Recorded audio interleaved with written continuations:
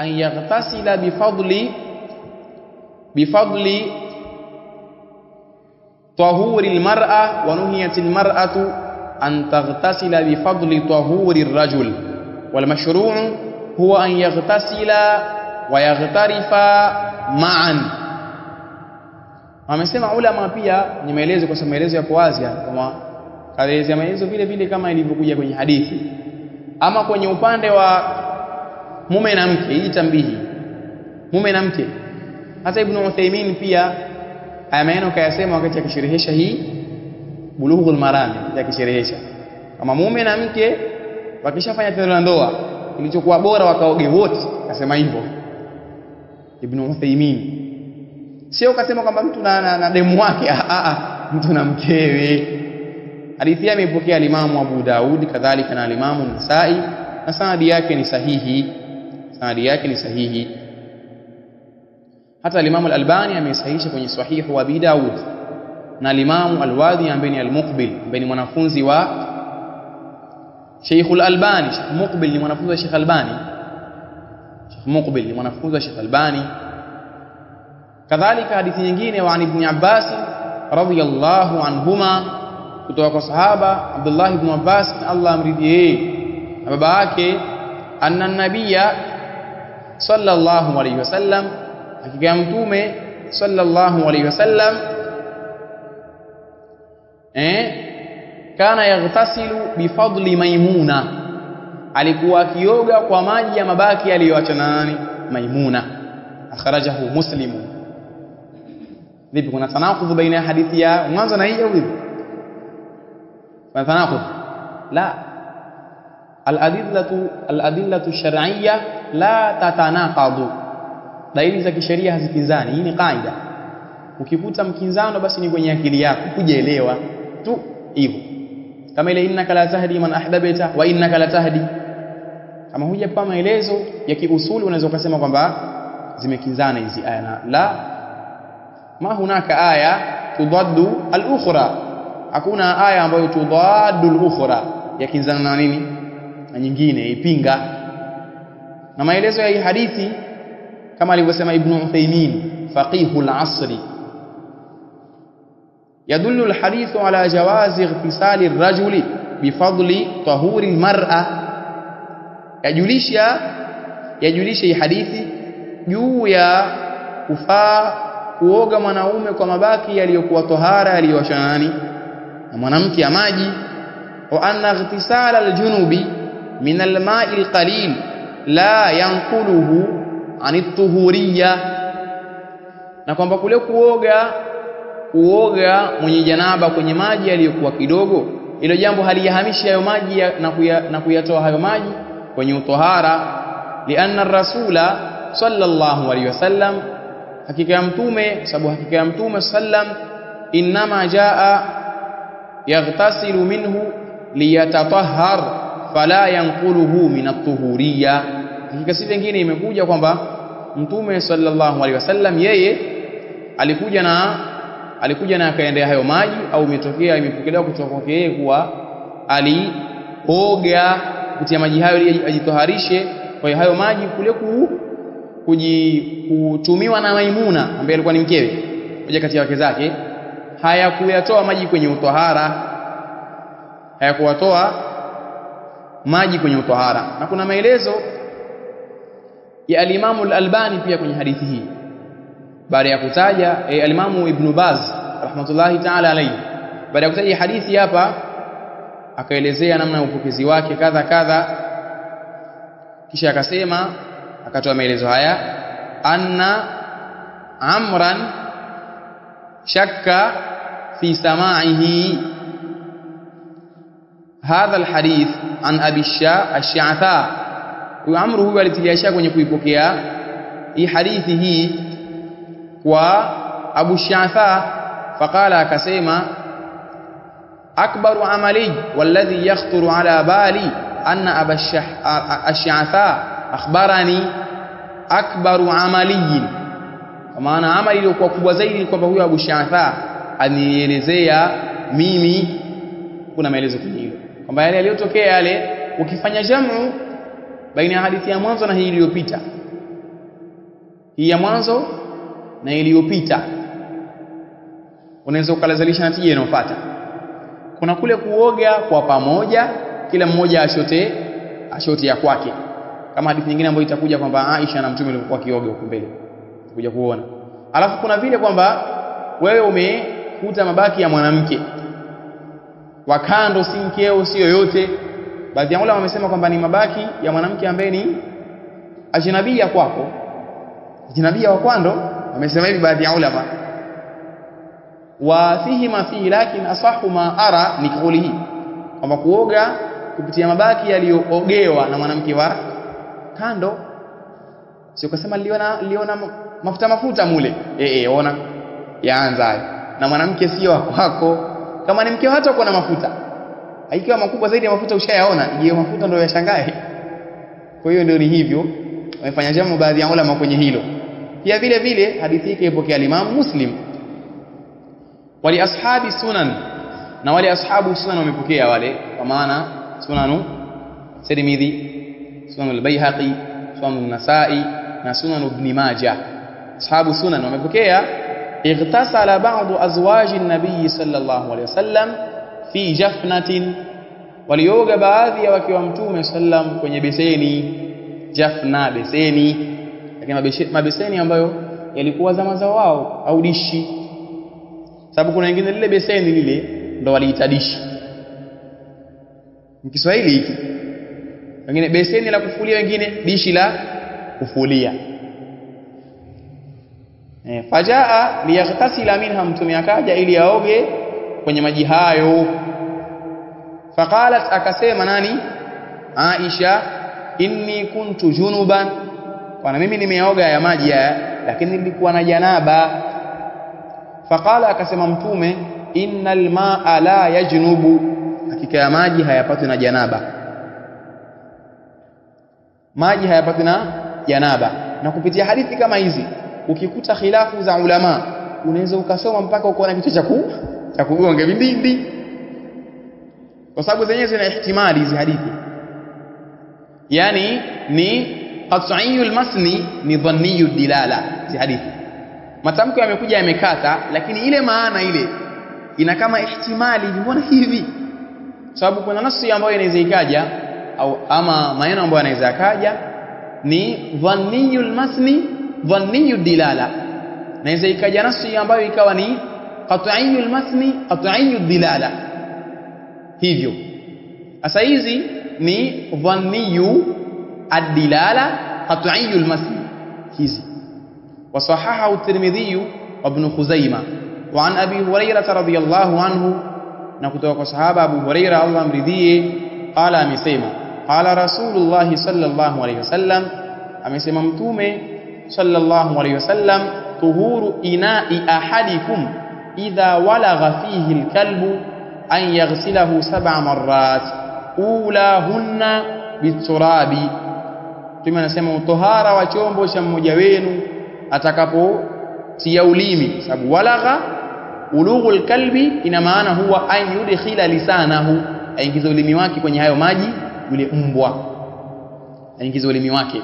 Kadhalika akiosha hicho chombo mara 7, ula hunna, moja kati ya hizo 7, bitwarabi, iwe ni kwa mchanga. Wengine wamesema ula hunna, ya mwanzo kwenye hizo 7 iwe ni kwa mchanga. Hadithi hii ipokea Imam Muslim, na hakuna maelezo kwenye hadithi hii kama aliyotaja al-Imam al-Bassam. Yadullu al-hadithu ala anna najasata al-kalbi wa kadha jami' ajza'i badanihi najisa, yajulisha kwamba hadithi yajulisha kwamba juu ya kuwa najisi mbwa, na hivyo hivyo viwiliwili vyake vyote katika ajza zake, viungo vyake vyote pia nini? Najisi. Ndio maana kwamba kama mtu hana sababu ya kufuga mbwa ni makosa kufuga kama hana sababu, ama ikiwa mtu ni kwa ajili ya kuwinda au kiulinzi, wamesema ulama jaiz lidharura. Lakini sio kwamba wewe umekaa tu ukimwona na furahi yule ulimi nafurahi mimi, sio sawa. Wengine wanasema kabisa anapendeza ujue hivyo. Hadi raha mstarabu mwenyewe. Sio sawa. Kadhalika huu ni kuhusu tohara ya chombo. Na hivyo pia vile vile kwenye lafdhi falyuriqhu na kisugue hicho chombo. Walitirmidhi na amepokea al-Imam Tirmidhi ukhrahunna ya mwisho kwenye hizo idadi 7 za kuosha, iwe ni kwa mchanga au ulahunna biturabi, kama tamko ambalo tumeliona hivi punde. Hadithi ya 9, wa an Abi Qatada, na kutoka kwa sahaba Abu Qatada, kutoka kwa Abu Qatada radhiyallahu anhu, Allah amridhie, anna Rasulullah sallallahu alayhi wasallam, kwamba hakika ya Mtume sallallahu alayhi wasallam, qala fil hirra, alisema kuhusu nini? Paka. Innaha laysat binajas, paka sio najisi. Alisema paka sio najis. Innama hiya minat-tawafina alaykum, hakika huyo paka ni katika vile ambavyo vimekuzungukeni nyinyi. Paka ni katika vile ambavyo vimekuzungukeni, na imekuja katika riwaya na nyinyi ni wenye kuvizunguka hivyo, maana kama huyo paka. Kwa hali hivyo sio najis paka, kiasi ambacho kwamba kuna baadhi ya watu anaweza akala mbwa chakula. Sio baadhi ya watu walivyokuwa, ima hawataki kusoma au ni ule ubishi tu, au pengine ni kwa sababu tu ndio hivyo Allah hajawapa taufiki ya hilo. Mtu anaweza akamchezea mbwa vizuri tu, akamchezea. Wengine nilishawahi kuambiwa wanawapigisha miswaki asubuhi hivyo, na wengine nao wanaogesha, na kisha wakila wanakula na wao. Pengine anatia mdomo mbwa kwenye nini, kwenye chakula ambacho anakula, na pia anaendelea kula. Lakini paka ni uchafu. Sasa huko ni kutokufahamu. Akhrajahu al-arba'a wa sahahahu at-Tirmidhi wa Ibn Khuzaimah. Kadhalika vile vile jambo jingine la kutolea tambihi, kuwa wale wanyama ambao wametajwa hapa kwamba hawa ni wenye kuliwa, ambao tunaleta tambihi hii kwa njia ya swali.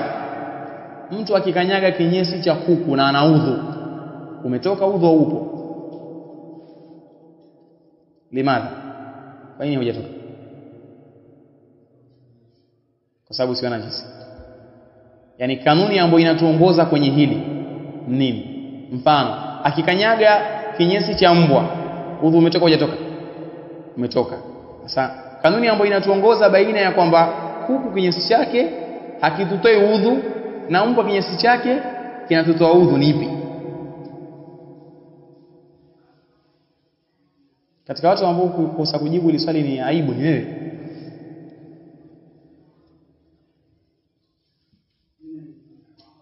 Ndio nimeuliza ujibu. Sasa unajua ndio jibu sasa.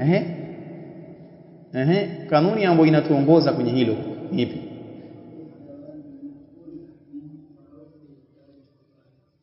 Naam, kama alivyosema akhi pale, atakuwa ndio hivyo, tukisoma uvike akilini zisitoke.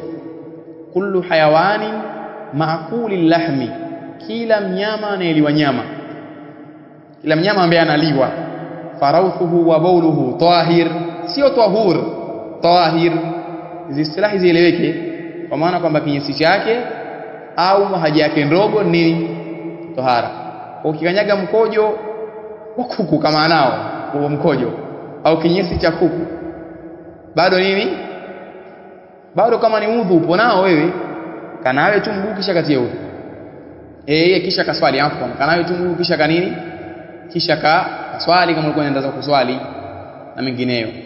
Kwa sababu analiwa ama wasioliwa, nguruwe, ngedere hao na wengineo ambao hawaliwi, inakuwa ushatoka udhu tayari. Hadithi hii ipokea al-Imam al-A'immatul Arba'a, kadhalika na amesahihisha hadithi hii al-Imam Tirmidhi na al-Imam Ibn Khuzaimah. Na hivyo hadithi nyingine wa Anas ibn Malik radhiyallahu anhu kutoka kwa sahaba Anas ibn Malik Allah amridhie qala amesema jaa a'rabiyun alikuja bedui na wale ni watu wa ashabu albawadi wale watu wa huko majangwani huko na watu wa vijijini ashabu alqura kwa sasa hivi sitasema kwamba washamba yani jinsi ilivyokuwa tuharibu Kiswahili chetu washamba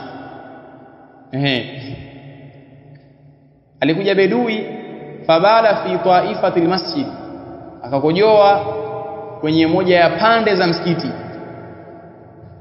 fazajarahu an-nasu wakamkemea yeye watu usikojoe wewe fanahahum rasulullah sallallahu alaihi wasallam mtume hakumkataza yule bedui kwanza aliwakataza wale watu hebu mwacheni yeye kashazoea kutoka kwenye mapori huko alipokuja kuona msikiti hapa akajua kwamba hiki ni choo cha kifahari akaona pengine akojoe humo si hajui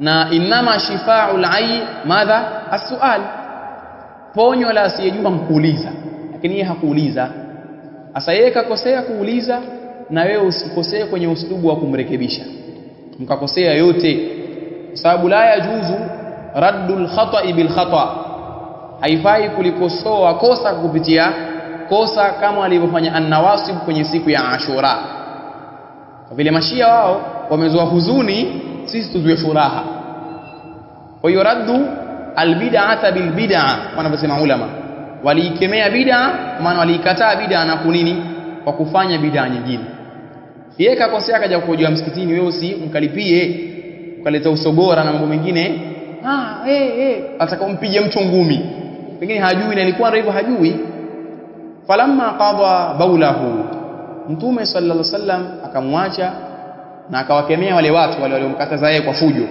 sahaba kwa sababu walikuwa wana hirsi na dini iliwapelekea hilo kwa hiyo hakukosea sahaba yote kwenye hilo hakukosea kama anavyosema nini ulama pindi alipomaliza ule bedui kukojoa alipomaliza mkojo wake amara an-nabiyya amara an-nabiyyu sabni fa'il amara an-nabiyyu sallallahu alayhi wasallam aliamrisha mtume sallallahu alayhi wasallam bidhanubin mimma aliamrisha ndoo ya maji fa uhriqa alayhi ikamwagiliziwa kwenye nini kwenye hayo maji ikamwagiliziwa kwenye hayo afwan kwenye ile sehemu ya mkojo ambapo yeye kakojoa yule bedui pakamwagiliziwa ile sehemu ya maji muttafaqun alayhi na wanasema ulama ikiwemo hata alimamu Hamidu al-Faqi kaelezea kuwa al-a'rabiyyu huwa dhul khuwaisira al-yamani au al-yamani min jufati al-badiya ni katika wale wasuwavu wa vijijini huko wasuwavu wa vijijini na huyu ndiye yule ambaye ndiyo imamu jamaati al-khawarij dhul khuwaisira ambaye alimwambia mtume kwenye qisma i'dil ya Muhammad fa innaka lam ta'dil mtume akamwambia waman ya'dil idha lam a'dil ana sasa nani afanye uadilifu kama mimi sijafanya uadilifu alikuwa akiawa qisma ya ghanima akaona pengine hakupewa yeye akakasirika mwenyewe sasa ndio hapo mtume akasema sayakhruju min dhidhi hadha unasun akatoa usafu zao pale makhawariji ndio huyu dhul khuwaisira kisha wadhanubu ad-dalwu al-azimatu min al-ma ni ndoo iliyokuwa kubwa ya maji ndio maana yake kadhalika vile vile wa ibn Umar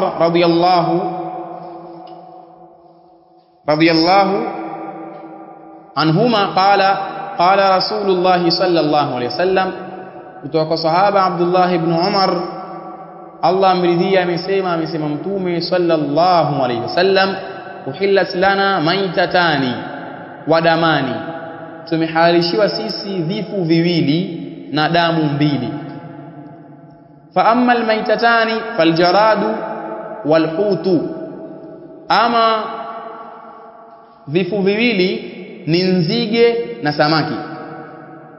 Nzige si tunafahamu nzige. Haya, Allah kaelezea, wafahamu nzige? Unajua barare? Sasa nzige ni katika jamii ya barare. Kwa hivyo kama alivyosema Allah kuhusu makafiri, khushan absaruhum yakhrujuna min al-ajdathi ka'annahum jaradun, watatoka kwenye makaburi yao kana kwamba ni nzige hivi kwa haraka. Wale ambao wakiliendea shamba kama la mahindi mpaka walipilifu ndo waliacha. Kama haijaisha kuliacha inakuwa ni mtihani kidogo kwa upande wao hao. Wa amma damani, ama damu mbili falkabidu wattihal, ni maini na mapafu. Sababu maini asili yake ni nini? Damu. Mapafu asili yake pia ni damu. Hivyo kadhalika akhrajahu Ahmad wa Ibn Majah wa fihi dha'fu, hadithi kuna udhaifu ndani yake. Na pia katika yale ambayo yanapatikana katika hii hadithi ni kuhalalishwa samaki wote. Asili yake ni hiyo, samaki wote. Hii ndio nini? Asli. Ama ikitokea mfano kama samaki anaua, na wapo ambao wanaua, huyu ikawa watu wanaambiana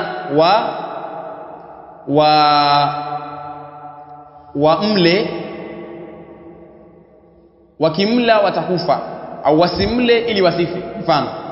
Kwa maana wakatahadharishana baadhi yao, tusimle samaki huyo, tusimle atatuua. Mfano kuna wale ambao wana nini? Wana shubha, kasa, sulhafatu al-bahri, kobe wa baharini yule anamuita hivyo baadhi ya watu, au bunju, kwamba hawa wanaua. Wale wakiitwa haramu kwa sababu ya kule kuua, uharamu wao unatokea kwenye sababu inayofuata. Kwa sababu katika sheria kuna uharamu wa sampuli mbili, kuna tahrimu maqasid na tahrimu wasail. Tahrimu maqasid ni kile kitu chenyewe ni haramu, chenyewe kabisa. Mfano zina ni haramu, tahrimu madha? Maqasid.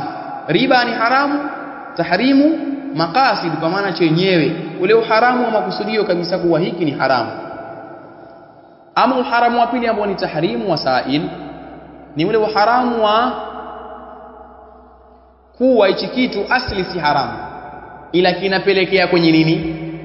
Kitu fulani ambacho hicho kitu ni haramu, chenyewe si nini? Si haramu, ila chapelekea kwenye kitu fulani ambacho ni haramu, itakuwa nacho ni haramu. Samaki ambaye anaua apelekea kwenye kujiua ambako nini? Haramu, ndio maana akawa haramu. Kwa hiyo haramu wake sio tahrimu maqasid, ni tahrimu wasail. Tunafahamiana? Na kuna tambihi nyingine kwenye hizi sampuli mbili za haramu. Kwenye tahrimu maqasid wanasema ulama, fa kullu ma kana tahrimuhu tahrima maqasid fa kullu dhara'ihi allati tusilu ilayhi fahiya muharramatun tahrima wasail. Fahamia, ndio maana mkoona kama sisi mbio. Kwa hivyo kila kile ambacho ni haramu, uharamu wa makusudio dhati kwamba chenyewe ni haramu, chenyewe hiki bwana ni haramu, basi kila zile asbabu ambazo zapelekea kwenye hicho ambacho ni cha haramu kimaqasid, nazo hizo asbabu ni haramu kiwasail. Nani kafahamu? Na nitolee mfano ambaye kafahamu, nataka nitolee mfano. Umefahamu? Umefahamu? Hebu tupe mfano. Hina wa kitu ambacho ni muharram tahrima maqasid, dhara'i zake ambazo zapelekea kwenye hicho cha maqasid kwenye uharamu zinakuwa ni muharrama tahrima wasail. Nani kaelewa?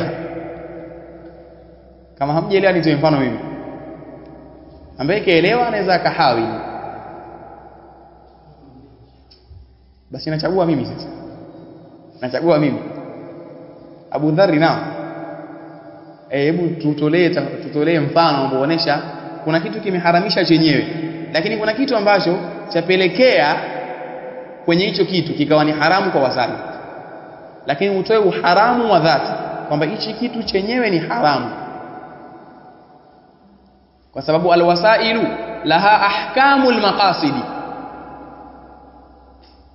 Alwasailu tusilu ila almaqasidi.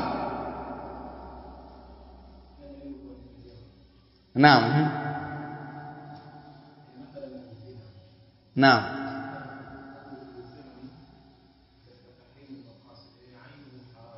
Naam, naam.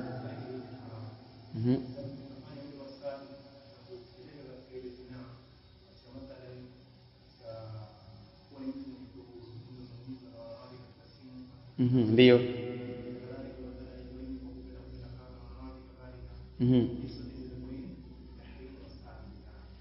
Tahrimu wasail. Mfahamu mfano? Mfahamu mfano? Haya, kama alivyosema akhi, kama zina, Allah akasema kwamba wala taqrabu zina. Fahamu? Hapa katakataza mtume wasail. Wala taqrabu kwa maana muqaddimat. Ule utangulizi zile ile mitangulizi ya zina ile usikurubie. Kwa yule ambaye atakurubia mitangulizi ya zina, hii mitangulizi yake hii itakuwa nini? Haramu. Sio tahrima maqasid, tahrima wasail. Na kwenye mambo ya wajibu, ile mambo ambayo yapelekea kwenye wajibu yale, nayo pia yana hukumu ya wajibu. Mfano, kusoma dini. Kusoma dini ni jambo la khiari lazima. Ikiwa haiwezekani kusoma dini kwa zama za sasa mpaka ununue vitabu. Kununua vitabu hukumu yake nini? Wajibu. Ikiwa huwezi kununua vitabu mpaka utoe pesa, kutoa pesa nini? Wajibu kwenye hilo. Ikiwa huwezi kutoa pesa mpaka ukatoe sehemu fulani, kwenda hiyo sehemu pia nini? Wajibu, kwa sababu ni katika wasail. Tumefahamiana? Na kaida kwenye hili alwasailu laha ahkamul maqasidi. Tumefahamiana? Naam. Na hivyo hivyo wa an Abi Hurairah radhiyallahu anhu qala, kutoka kwa sahaba Abu Hurairah Allah amridhia, amesema qala Rasulullah sallallahu alayhi wasallam, amesema mtume sallallahu alayhi wasallam, idha waqa'a adh-dhubabu fi sharabi ahadikum falyaghmishu thumma liyanzi'hu fa inna fi ahadi janahayhi da'an wa fil akhar shifaan. Tumekasema atakapoingia nzi kwenye kinywaji cha mmoja wenu na amzamishe kisha amtoe, kwani hakika kuna kwenye moja ya mbawa zake mbili daan, gonjwa, maradhi, wa fil akhar shifaan, na kwenye bawa jingine kuna ponyo. Na hapa Allahul musta'an, mtihani sana. Kuna jambo kama lanijia kwenye akili hivi, lakini ninahofia wakati. Kuna shekhe mmoja, yeye aliingia nzi kwenye, kwa mujibu alivyoongea mwenyewe, aliingia nzi kwenye chai ya maziwa, akakataa kuyanywa yale maziwa. Aelezea mwenyewe kabisa. Aliyempa mwaliko akamwambia, mbona shekhe umetufundisha kwenye Bulughul Marami wewe kwamba tumzamishe nzi kisha tumtoe, na kile kinywaji haruhusiwa kukinywa? Akasema kwamba wao walikuwa ni nzi wa kiswahaba, hao wote maradhi matupu hao. Na hapo wasikia baadhi ya sauti takbir. Subhanallah. kuna baadhi ya mambo yanachekesha sana. Ndio ile a'ma yaqudu basiran au ile al-a'waru fi 'alam al